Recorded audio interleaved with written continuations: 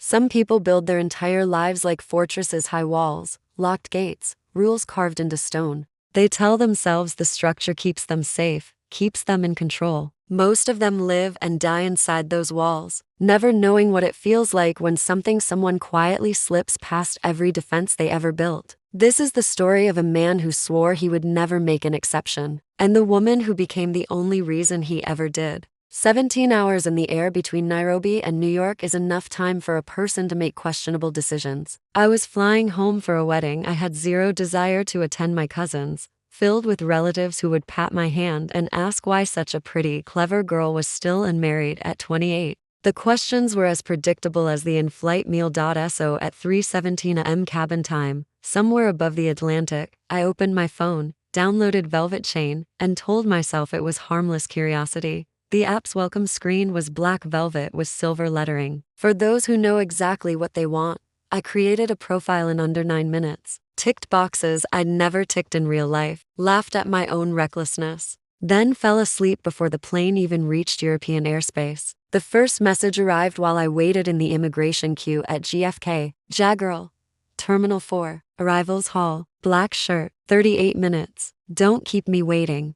No photo, no pleasantries, just a time, a place, and that quiet, unshakable expectation. My stomach flipped like I'd missed a step on stairs. I told myself I was only going to look, just see if the man matched the voice in the message, then leave. I was already lying to myself. He was waiting exactly where he said he would be, leaning against a pillar like he had all the time in the world and none of it mattered. Tall, shoulders that filled out a charcoal suit in ways that should be illegal, sleeves rolled to the forearms, eyes the color of aged whiskey and twice as intoxicating. When our gazes locked, the corner of his mouth lifted just enough to make my pulse stumble. "You're late," he said, voice low, amused. "You're taller than the laws of gravity should permit," I replied. A surprised laugh escaped him, real and unguarded. Something inside the moment cracked open. We ended up in a half-empty bar in Williamsburg because neither of us could quite say goodbye. The conversation burned fast and bright. He didn't ask safe questions. He asked the kind that leave scorch marks. What scares you when the lights are off? What would you do if tomorrow didn't come with consequences? What do you want that you've never admitted out loud? I answered more than I meant to.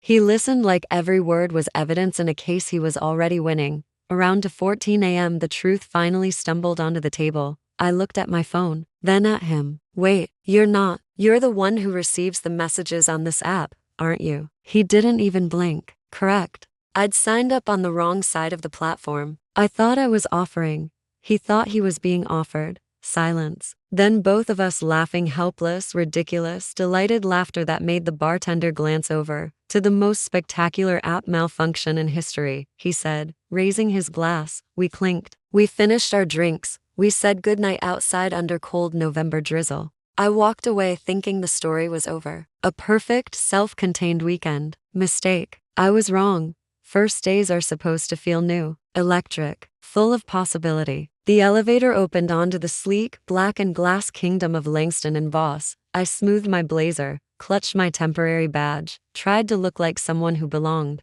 HR walked me toward the corner office. "Your direct report will be." The door swung open. Jagger Langston stood there, mid-sentence on a call, sleeves rolled exactly the same way they'd been Saturday night. The phone went silent in his hand. For one suspended heartbeat, the entire building might as well have been empty. Then he recovered with inhuman speed. "Miss Mwangi," he said, voice velvet smooth and perfectly professional, "welcome to the team. I trust your weekend was uneventful?" The smallest, most wicked smile touched his mouth, visible only to me. I lifted my chin, very illuminating. "Mr. Langston, thank you." By the end of the first week, I understood 3 unshakable truths. 1. Jagger Langston lived by rules. Ironclad, written in blood and precedent. No personal relationships with anyone in the company. No exceptions, ever. The last person who tested that rule had been quietly escorted out with a generous severance and a very clear message. 2. He was terrifyingly good at pretending Saturday never happened. 3. I was terrible at it. Every time he leaned across my desk to review a report, his cologne hit me like memory in physical form. Every clipped "good work" reminded me of a darker, rougher version of his voice murmuring, "Look at me," in the shadows of a bar. I hated how composed he stayed. I hated more how completely I was coming undone. It happened on a Thursday night, long after the office had emptied, blue emergency lights, the distant hum of a vacuum cleaner to floors below, the Q4 projections he'd demanded by end of day still glowing on my screen at 10:51 p.m. He appeared in the doorway like smoke given shape. "You're still here," he observed. "You said end of day." A long, heavy silence. Then quietly, "I have rules, Nalani." "I know." He took one step closer. Another. "I don't break them." I rose slowly from my chair. "I know that too." He was close enough now that I could see the storm behind his calm. Control versus hunger. Years of discipline versus one unbearable want. "I'm going to break them anyway," he said, almost matter-of-factly. My heart slammed so hard I thought he could hear it.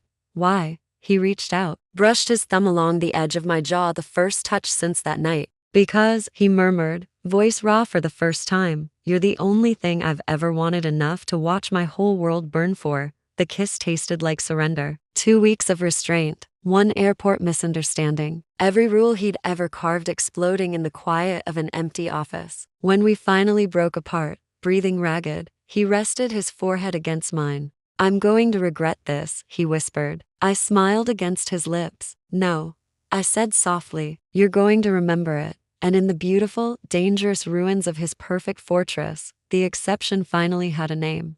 Hers. Thanks for watching. If you enjoyed this story, be sure to like this video and subscribe for more stories. See you next time.